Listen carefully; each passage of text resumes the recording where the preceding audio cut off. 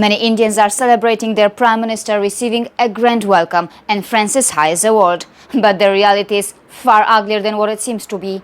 And friends, listen carefully. You are not what you are pretending to be. So, viewers, please pay attention. On the one hand, France invited India's Prime Minister as guest of honor to the July 14th Bastille Day military parade, and the French president even honored him with France's highest award. But then, on the other hand, France's state-affiliated media published articles using words that sound insulting and disrespectful against India. So, Indian viewers, do you want to know why Modi and India are getting all this respect and recognition in France? The French state-affiliated media seems to have the answer to that. According to this article, India's promise as a counterweight to China in the Indo-Pacific was the reason French president invited Prime Minister Modi as guest of honor. Not only that, the article also mentions that despite India's failure to condemn the Russian invasion of Ukraine, Macron has proved to be exceptionally willing to forgive Modi. You heard that right. Macron willing to forgive Modi. But seriously, forgive Modi? I mean, that sounds very insulting. It kind of shows that France's position is somewhere there and India's position is somewhere here. And the French president is kind enough to forgive India's prime minister for his mistakes regarding the Russia-Ukraine war. But wait a second, there is more to it. The article also seems to mock India while comparing it with China. Read this.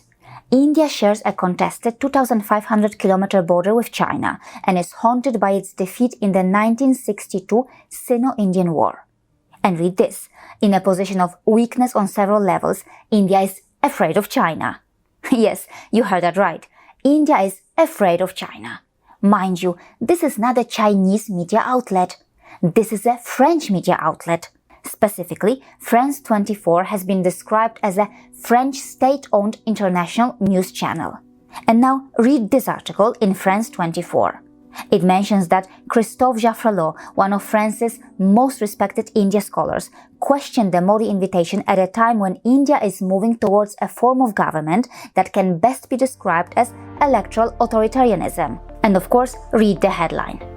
So, in other words, the article seems to position France as a democracy of highly civilized, liberal and inclusive people that is supposed to act as a role model to the entire world. It also kind of suggests that a country as amazing as France has to, unfortunately, partner with a country like India that doesn't quite match France's high standards, right?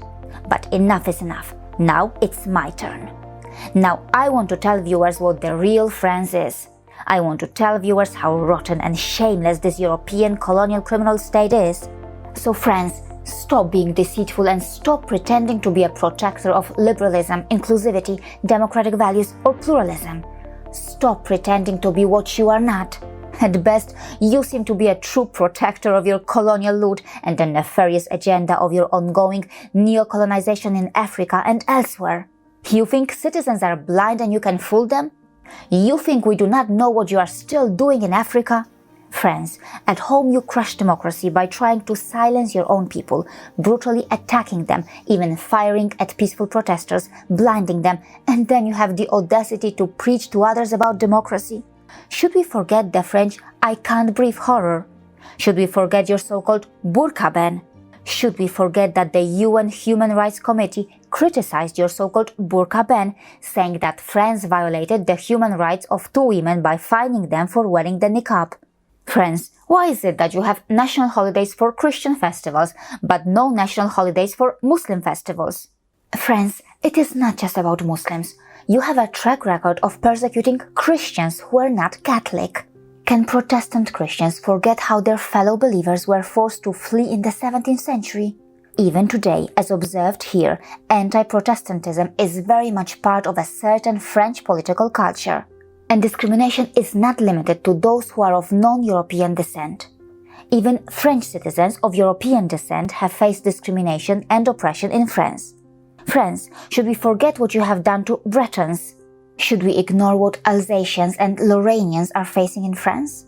Friends, should Hindus forget that you even chose to officially refer to Hare Krishnas, specifically ISKCON, as a cult?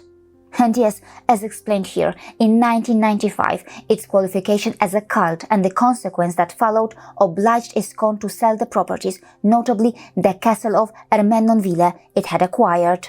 But remember, France is not innocent. As one of the biggest colonial criminal states, it knows exactly what it is doing. Friends, I want to tell you this.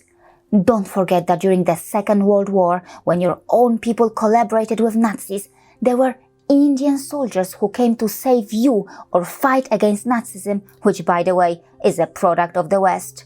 And friends, don't forget how during the First World War, Hindus and other Indian soldiers died for you while fighting for the freedom of France.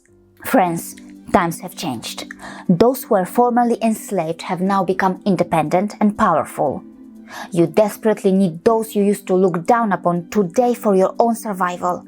Of course, it is only natural that former colonists feel uncomfortable when they have to treat the formerly enslaved on equal terms.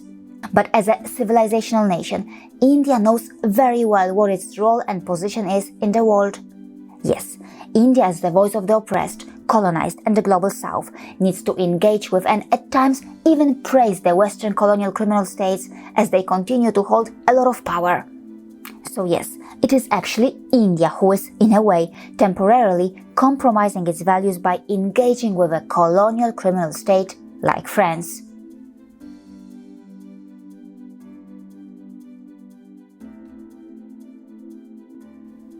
See you again.